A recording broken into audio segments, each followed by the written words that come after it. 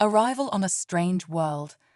The transport ship's hull creaked as it entered Earth's atmosphere, its metallic skin glowing orange against the night sky. Inside, Nova pressed her forehead against the cold viewing port, watching as her home world of Centauri Prime became nothing more than another distant star. Beside her, her sister Lyra sat perfectly still, hands folded in her lap, maintaining the composure expected of their species even now. Transport 247 beginning final descent, announced a mechanical voice. Prisoners secure for landing. Nova's jaw tightened at the word prisoners. 3 cycles ago, they had been respected scholars in the archives of knowledge. Now they were nothing more than convicted criminals, sentenced to serve as indentured assistants on a primitive world. Their crime? Questioning the hierarchy's absolute authority over information access. The ship jolted as it touched down on Earth's surface. Through the viewport, Nova could see they had landed in what appeared to be a remote facility surrounded by dense forest. The airlock hissed as it cycled open, letting in Earth's heavy, moisture-laden atmosphere. A tall human male waited for them on a landing pad, his dark hair ruffled by the wind from the ship's engines. He stood with military precision, but his eyes held something Nova hadn't expected: uncertainty. "I'm James Chen," he said, as they were led down the ramp by their guards. "I've been assigned as your guardian during your stay on Earth." Guardian, another soft word for jailer. Nova noticed he didn't look directly at their restraints or the glowing compliance bands around their necks. Perhaps he was uncomfortable with his role in their punishment. Lyra spoke first, her voice carrying the musical lilt characteristic of their people. "We understand our duties, Guardian Chen. We will comply with Earth's regulations." James seemed taken aback by her formal tone. "Please, just James is fine. And I know this isn't ideal for any of us, but we'll make it work." The transport guards transferred custody with cold efficiency, handing James a control tablet for their compliance bands. Nova watched his face as he accepted it, noting the slight frown that crossed his features. Interesting, he didn't seem to relish his power over them. Their new home proved to be a modest dwelling on the outskirts of a small city.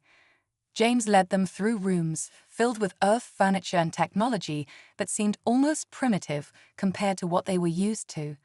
And yet, there was an organic warmth to it all that their sterile world had often lacked. "You'll have your own rooms," James explained, showing them up a wooden staircase. "I know it's not much, but I hope you can be comfortable here." "Comfort is irrelevant to our assigned duties," Nova replied sharply, unable to keep the bitterness from her voice. "What tasks do you require of us?" James ran a hand through his hair, a gesture they would come to recognize as a sign of his discomfort. "Look, I know what the official documents say about your status here, but I'm not looking for servants. I'm a researcher studying cross-cultural communication. Having you here, it's an opportunity for understanding." Nova exchanged a quick glance with Lyra. This wasn't what they had expected. Their sentence had been clear. They were to serve as domestic labor, a humbling reminder of their place in the universal order. "You're a scientist?" Lyra asked, her natural curiosity beginning to show through her careful facade. Among other things, James replied with a slight smile. "I work with a private research foundation studying technological and cultural exchange between species." Though lately, he trailed off, his expression darkening momentarily. Nova caught that shift in his demeanor, filing it away for future consideration. There was more to their situation than a simple sentence of servitude. She was certain of it now. As night fell on their first Earth day, Nova stood at her window, watching the unfamiliar stars.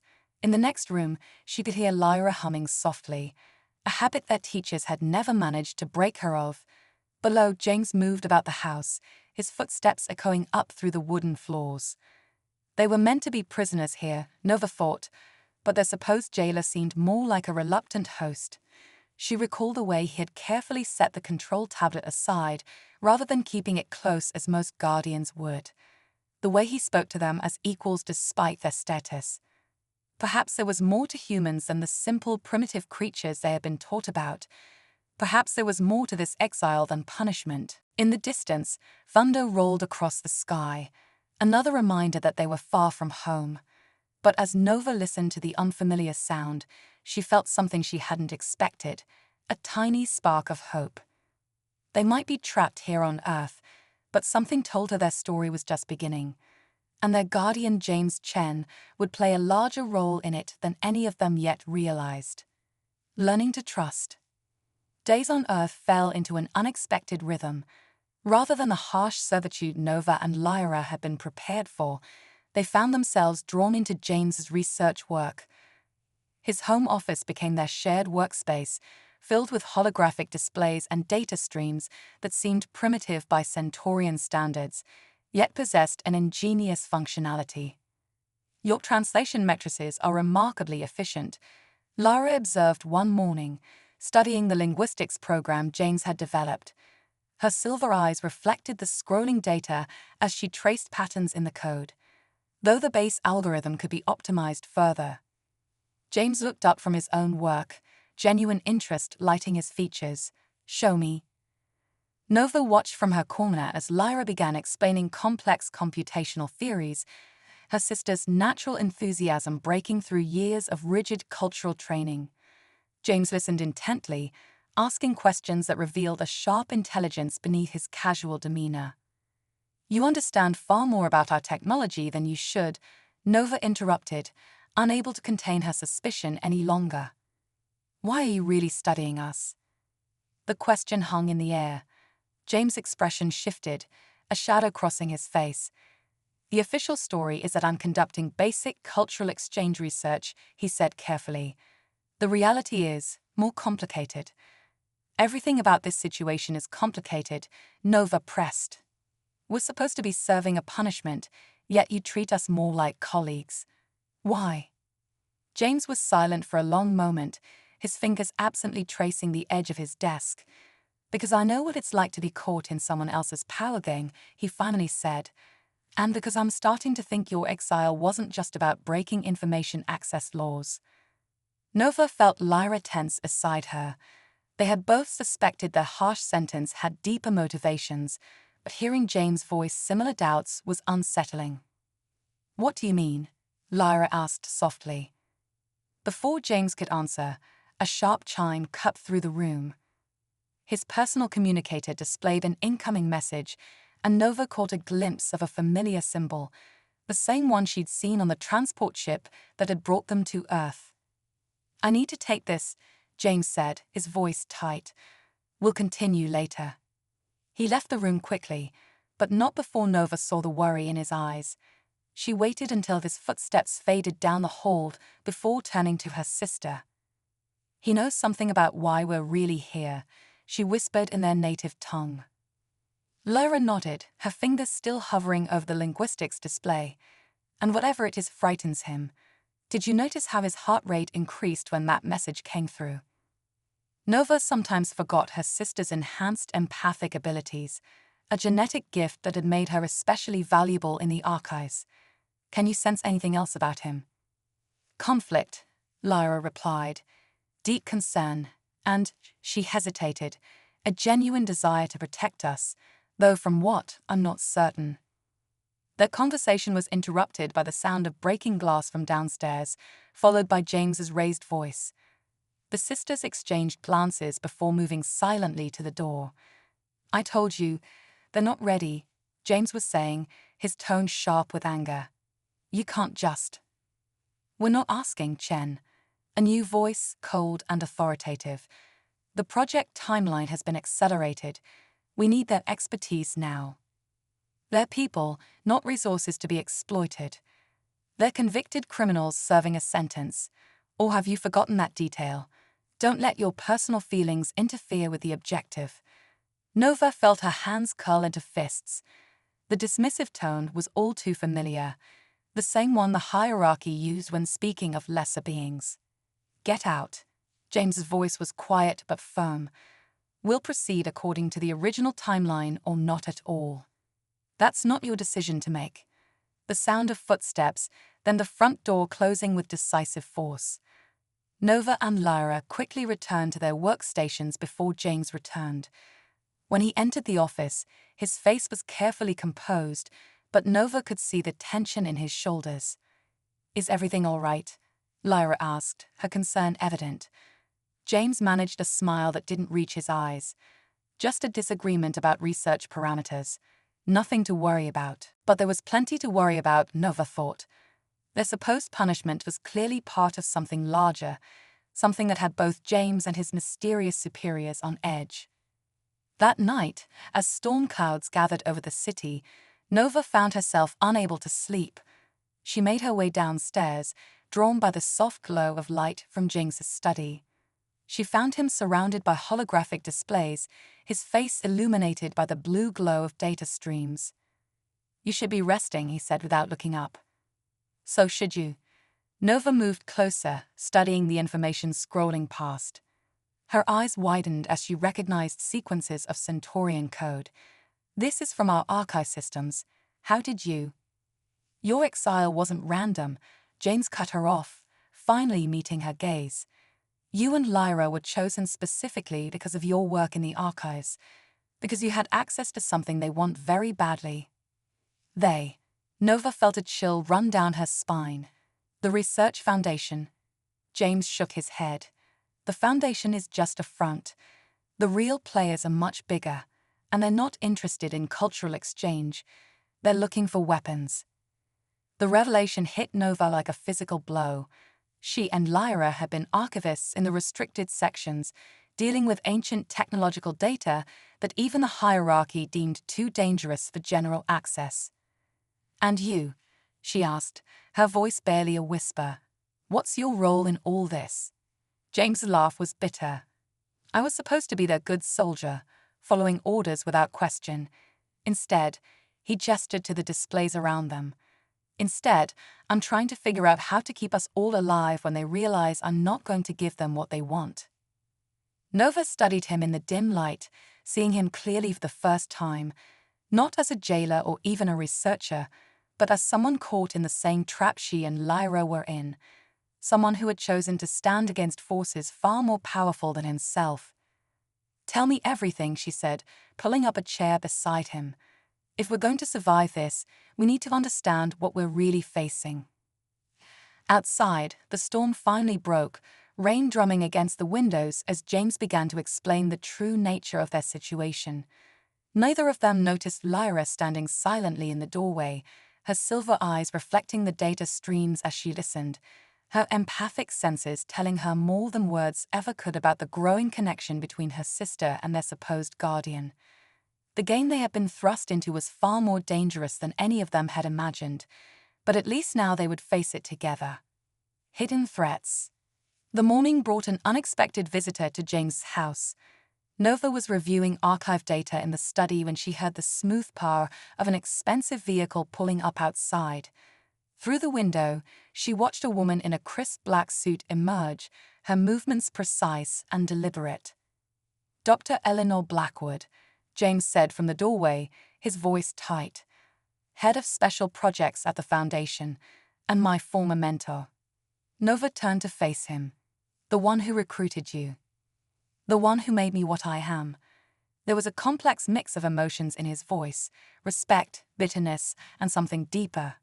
"You and Lyra should stay up here." But before he could leave, the front door opened without a knock. Dr. Blackwood's heels clicked against the hardwood floors as she made her way up the stairs, every step radiating authority. "James," she said warmly, though her smile didn't reach her eyes.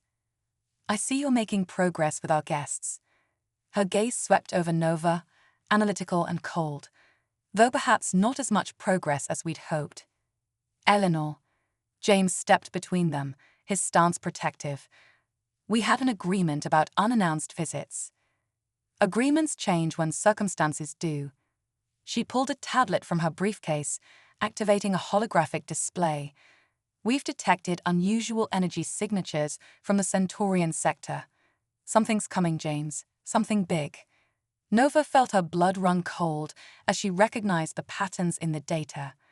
They were similar to the restricted files she and Lyra had been studying before their arrest. Files about ancient weapons systems that had nearly destroyed their civilization millennia ago. "They're awakening the old defenses," she whispered, forgetting herself. Dr. Blackwood's eyes snapped to her, suddenly intense. "You recognize these signatures?" "Nova," James warned, but she was already speaking. "These are preliminary activation sequences.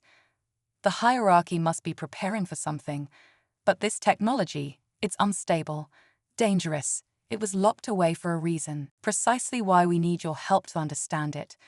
Dr. Blackwood's voice was smooth as silk. "Your expertise, combined with your sister's unique abilities, you could help us prevent a catastrophe." "By building weapons for you," James cut in. "That's what this has always been about, hasn't it? Not research, not cultural exchange. You want to militarize Centaurian technology." "We want to protect Earth," Dr. Blackwood corrected sharply. "You've seen the reports, James. Multiple species are developing capabilities that could threaten our world. We need to be prepared." "And what makes you think we would help you?" Nova demanded. "You had us exiled, stripped of our rights."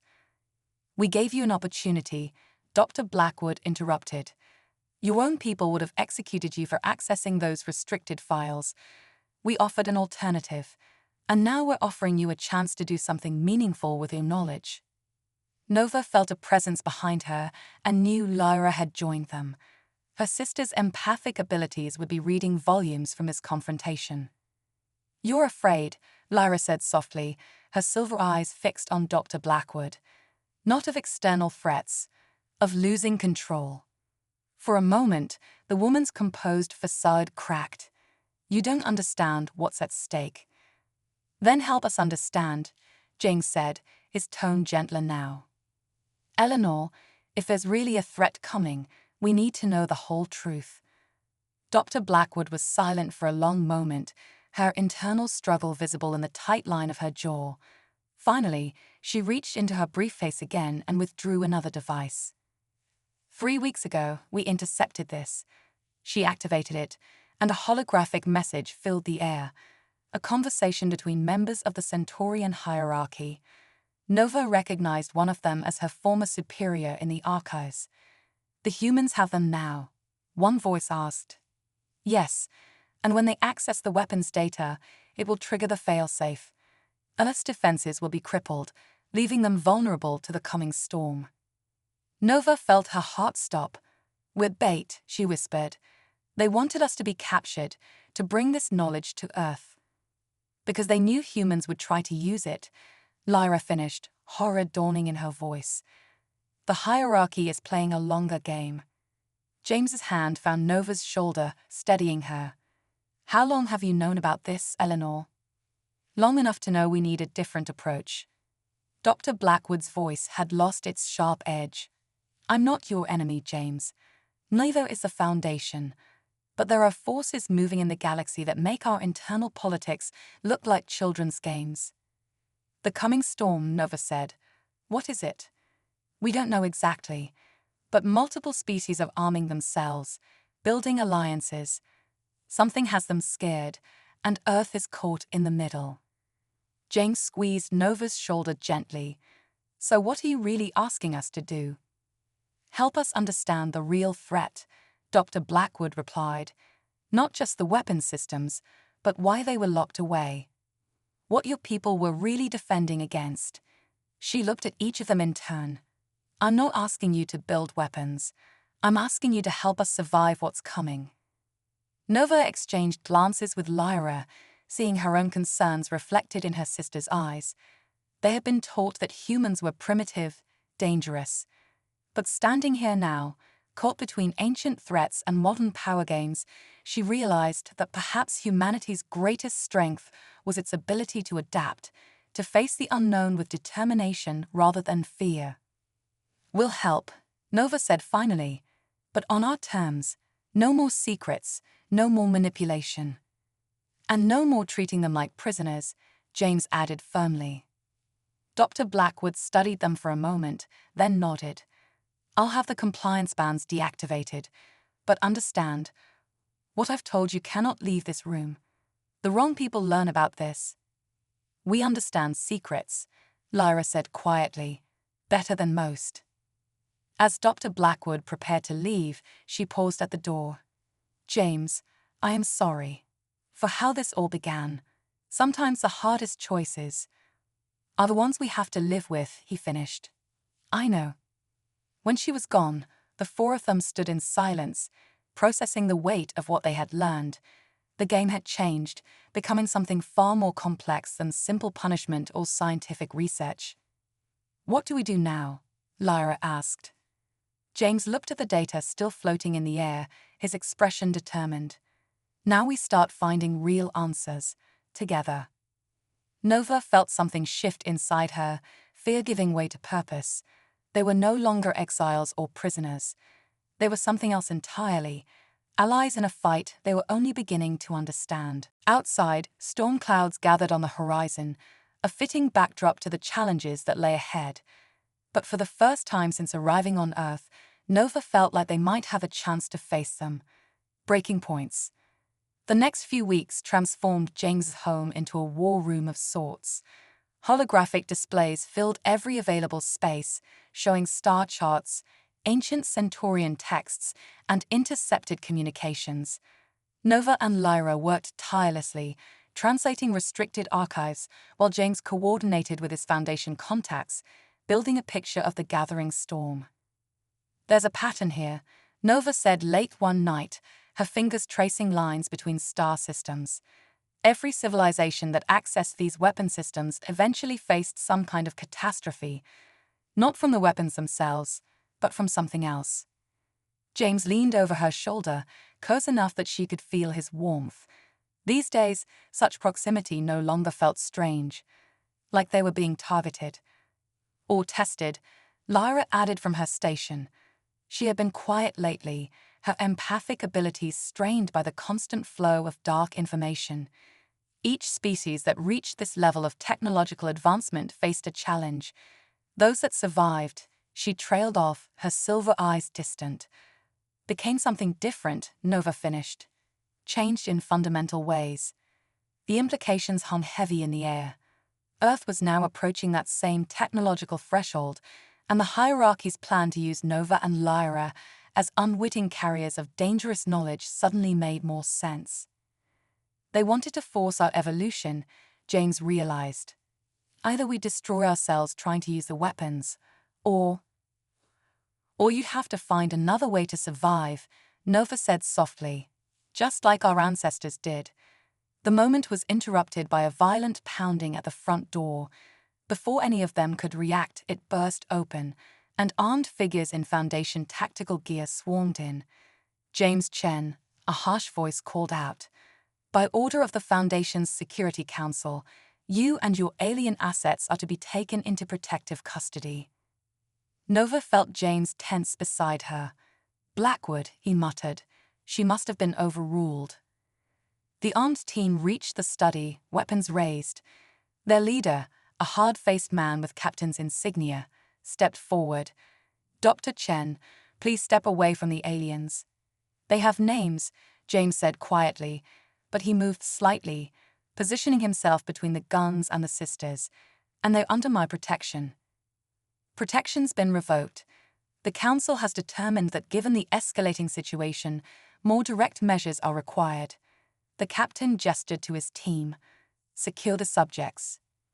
Nova saw Lyra's eyes widen in alarm, her empathic senses obviously picking up something from their attackers. James, she whispered, they're not here to capture us. They're here to. The captain fired, a dart striking Lyra in the shoulder. She crumpled instantly, silver eyes rolling back. No. Nova lunged forward, but James caught her arm. Run, he hissed, then spun to tackle the nearest guard. Chaos erupted in the study.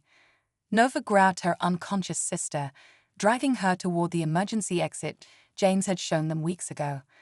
Behind her, she could hear the sounds of struggle, of James fighting to buy them time. Asset is fleeing, someone shouted. Lethal force authorized. The words chilled Nova's blood. This wasn't an arrest. It was an execution. The council had decided they knew too much. She managed to get Lyra through the hidden door in the study's back wall, but she wasn't strong enough to carry her sister down the escape tunnel. As she struggled with her burden, she heard footsteps approaching.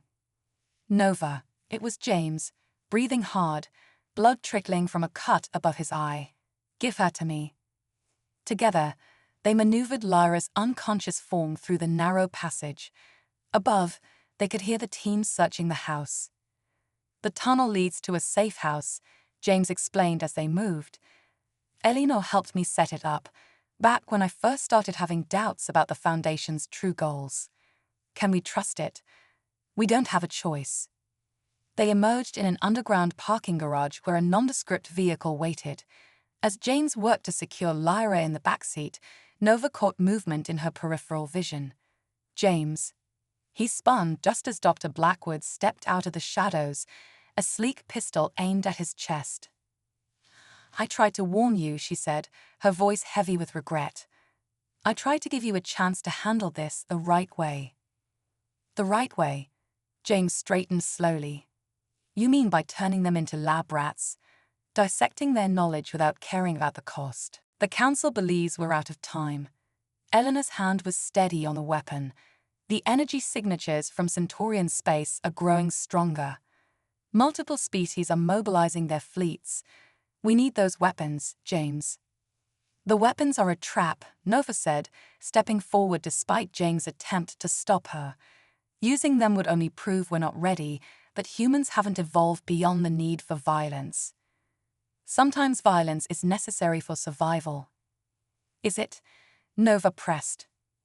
Or is that just what you've convinced yourself? She took another step closer. You're afraid.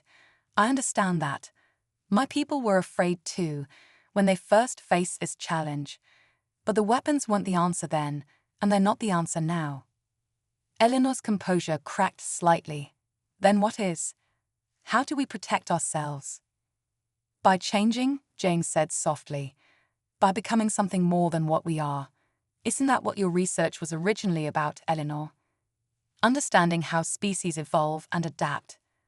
For a long moment, the only sound was the distant rumble of city traffic above. Then, slowly, Eleanor lowered her weapon.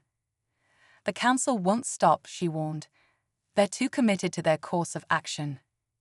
Then help us find another way, James urged. Help us prove there's a better path. Before she could respond, alarms began blaring throughout the garage. The tactical team had found the tunnel. Go, Eleanor said, turning to face the approaching footsteps. I'll buy you time. Eleanor. Go. This time it was an order. Find your answers, James. Show us all a better way. They didn't waste time arguing. James gunned the engine as Nova slid into the passenger seat, and they rolled up the garage ramp into the night. Behind them, they could hear shouting and the sound of pursuit vehicles starting up. Where are we going? Nova asked, checking on her still unconscious sister in the backseat. There's a private airfield outside the city, James replied, taking a sharp turn to avoid a Foundation vehicle. And a plane waiting. Eleanor and I set it up months ago, just in case. You trusted her, didn't you? Before all this. James was quiet for a moment, focused on their escape. I did. Still do, in a way. She's not our enemy, Nova. She's just lost sight of what's really important. Nova reached over and squeezed his hand on the gear shift. We'll find a way to show her, to show all of them. In the backseat, Laura stirred slightly, murmuring in their native tongue. Nova caught fragments about darkness and light, about choices and changes. Even sedated, her sister's empathic abilities were trying to tell them something. As they raced through the night, pursued by those who feared the future too much to embrace it, Nova realized that their real journey was just beginning. They weren't running from something anymore. They were running toward answers that could change everything. The coming storm wasn't just a threat. It was an opportunity to prove that humanity, and all sentient species, could be more than the sum of their fears. The stand. The private airfield materialized out of the pre-dawn darkness like a ghost, its single runway illuminated by dim lights that barely pierced the fog. James guided their vehicle through a gap in the perimeter fence, following a path only he seemed to know. Laura had fully regained consciousness during their flight, though the sedative's effects left her empathic abilities raw and oversensitive. "They're coming," she whispered, fingers pressed to her temples. So much fear, so much determination. Nova helped her sister from the car, while James moved quickly to prep the waiting aircraft, a sleek, unmarked transport that looked capable of both speed and stealth. "We're not just running, are we?" Nova asked as they hurried across the tarmac. "You have a destination in mind." James's hands flew over the aircraft's external controls, initiating pre-flight sequences.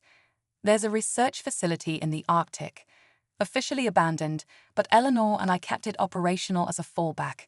It has something we need." Before Nova could ask what that something was, the night erupted with light and sound. Foundation vehicles burst through the fog, surrounding them in a circle of harsh spotlights and drawn weapons. "Final warning, Dr. Chen." The tactical team captain's voice boomed through a speaker. "Surrender the aliens and you might survive this." James straightened slowly, turning to face their pursuers. In the artificial glare, Nova saw something change in his expression, a hardening of resolve, a crystallization of purpose. "They're not aliens," he called back. "They're not assets or subjects or weapons. They're the key to all of this, and you're too blind to see it." "They're the enemy," the captain shouted, "part of the hierarchy's plan to weaken Earth before the storm hits." "No," Lara's voice cut through the tension, stronger now. She stepped forward, silver eyes reflecting the spotlights. "We're proof that there's another way." She raised her hands, and suddenly the air itself seemed to vibrate with energy. Nova felt it too, a resonance that had nothing to do with technology and everything to do with the changes their people had undergone millennia ago. The weapons were never meant to be weapons, Nova realized, the truth finally crystallizing. They were tools for transformation. The hierarchy didn't lock them away to protect us from them. They locked them away to prevent change, James finished, to maintain control. The tactical team shifted uneasily as the strange energy built. Their weapons remained raised, but doubt had crept into their stance. "The storm isn't an attack," Lara continued, her voice taking on an otherworldly quality. "It's an opportunity, a catalyst for evolution. Each species faces it in their own time, when they're ready to become something more." "And humanity's time is now," James added. He reached out, taking Nova's hand in his right and Lyra's in his left. The moment their fingers touched, the energy surged. Nova gasped as awareness exploded through her consciousness. She could feel everything. The fear and confusion radiating from the Foundation troops, the deep certainty flowing from James, the cosmic dance of possibility spinning out around them. "This is what your superiors are afraid of," she called out to their would-be captors. "Not invasion or destruction, but transformation. The chance to become something they can't control."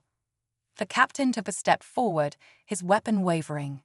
What are you doing to us?" "Showing you the truth," Lyra answered. Through their linked hands, Nova could feel her sister accessing abilities their people had forgotten they possessed. "Showing you what humanity could become." The energy field expanded, enveloping the entire airfield. Within it, reality seemed to shift and flow. Nova saw glimpses of possible futures, humanity reaching out to the stars not with weapons, but with understanding, Earth becoming a nexus of transformation rather than a battlefield. "The choice was always yours," James said softly. "Fight against change and be broken by it, or embrace it and help guide it." One by one, the Foundation troops lowered their weapons. The captain stared at his shaking hands as if seeing them for the first time. "The Council," he stammered. "They'll never accept this." "They don't have to," James replied. "They just have to witness it."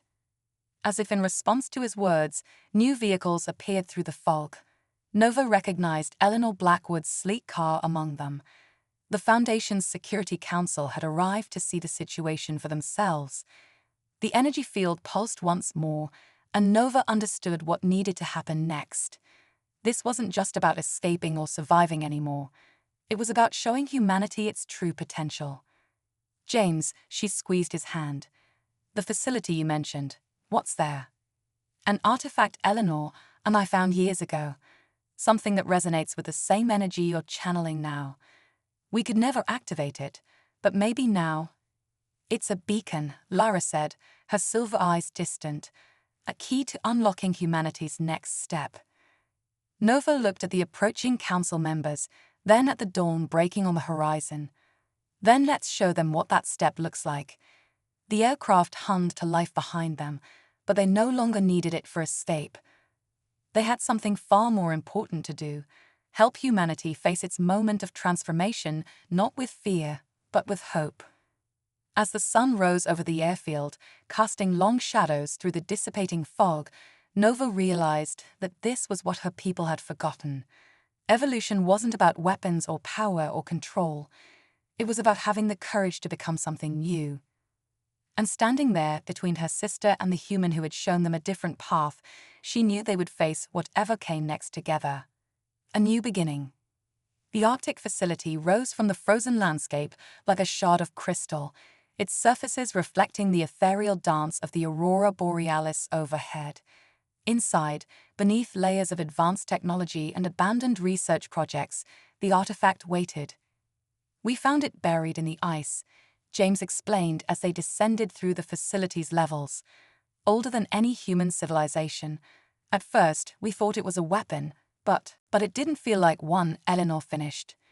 She had joined their journey north, along with a select group of council members who had chosen to witness what was coming. It felt like it was waiting for something. The artifact chamber was a perfect sphere carved into the bedrock. In its center, suspended in a field of shifting energy, hung what looked like a geometrically perfect tetrahedron made of translucent crystal. As soon as they entered, both Nova and Lyra felt it. A resonance that matched the energy they had channeled at the airfield, but vastly more powerful. It's not just one beacon, Lyra whispered, her silver eyes wide. They're scattered across the galaxy, each one activated when its local species was ready. Ready for what? One of the council members asked, voice trembling with a mixture of fear and awe. Nova stepped forward, drawn to the artifact, ready to join something larger, to become part of a greater consciousness while still maintaining our individual nature. She turned to face the humans. This is what the storm really is, not destruction, but connection. James moved to stand beside her, his presence steady and reassuring. The weapons systems we were so afraid of, they were never meant for war. They were tools to help species channel this kind of energy, to prepare them for transformation. But the hierarchy feared change, Eleanor realized. They locked away the knowledge, tried to prevent what was natural and necessary. As your council tried to do, Lara added gently, fear of the unknown is universal, but so is the capacity to overcome it. The artifact began to pulse in sync with their words, its crystal facets refracting light in increasingly complex patterns. Through their enhanced awareness, Nova and Lyra could feel similar beacons awakening across the galaxy, creating a network of transformation. It's starting, Nova breathed. She reached for James's hand, then her sister's. The choice comes now. Fight against the change. Or embrace it, James finished. Help guide it. Eleanor stepped forward, her usual composure giving way to wonder. What do we do? Open yourselves, Lyra instructed. Let go of fear. The beacon will do the rest. The crystal tetrahedron flared with brilliant light, and reality itself seemed to shift. Nova felt her consciousness expanding, connecting with minds across space and time. She saw humanity's potential unfold like a flower blooming in accelerated time, not just technological advancement, but true evolution of consciousness and understanding. Through their linked hands, she felt James experiencing the same vision. His mind touched hers with a familiar warmth that had grown between them over their time together. Not just allies now, but something more, partners in this moment of transformation. The chamber filled with swirling energy as the beacon activated fully. Around them, the humans gasped as their awareness expanded, touching the vast network of consciousness that spanned the galaxy. Species that had already undergone the change reached out in welcome, sharing knowledge and understanding that transcended normal communication. "This is what we were meant to find," Eleanor whispered, tears streaming down her face. "Not weapons or power, but connection, unity." "While maintaining our uniqueness," James added. "That's the beauty of it. We don't lose ourselves, we become more fully who we are." The transformation rippled outward from the facility, spreading across Earth's surface in waves of enlightenment. Not everyone would accept it immediately. Change was always met with resistance, but the path was now open for those ready to take it. Nova felt a sudden pulse of awareness from distant space. The hierarchy had sensed what was happening. Their attempts to prevent Earth's transformation had failed, and now they faced a choice of their own. They're afraid, Lyra sensed, but also relieved. The burden of suppressing change for so long has been heavy. They too can choose to join this, Nova realized. All the barriers between species, all the fears and conflicts, they can end now. James squeezed her hand. "It won't be instant. Change never is. There will still be challenges, still be those who resist. But we'll face them together," Nova replied, turning to meet his gaze. In his eyes, she saw not just the man who had helped them survive and understand, but a partner for the journey ahead. "All of us." The beacon's light began to stabilize, settling into a steady glow that connected Earth to the galactic network of consciousness. The storm they had feared turned out to be a dawn, the beginning of a new era for humanity and all species ready to evolve. Lyra's silver eyes shimmered with joyful tears. "We were sent here as punishment, but found purpose instead. And love," Nova added softly, her fingers intertwined with James's, "in all its forms." Eleanor stepped forward, her face transformed by understanding. "What happens now?" "Now," James said, "we help others understand. Guide those ready for the change. Build bridges between the old way and the new. And prepare," Nova added, "for the wonders that await us all." As the aurora borealis danced overhead, its lights now seeming to pulse in sync with the beacon's energy, Nova felt a deep sense of rightness settle over her. Their exile had led them exactly where they needed to be, at exactly the right moment in human history. The universe had a pattern after all, not one of conflict and dominance, but of growth, transformation, and connection.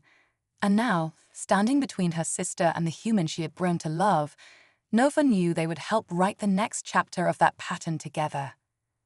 The storm had passed. The dawn had come, and the real journey was just beginning.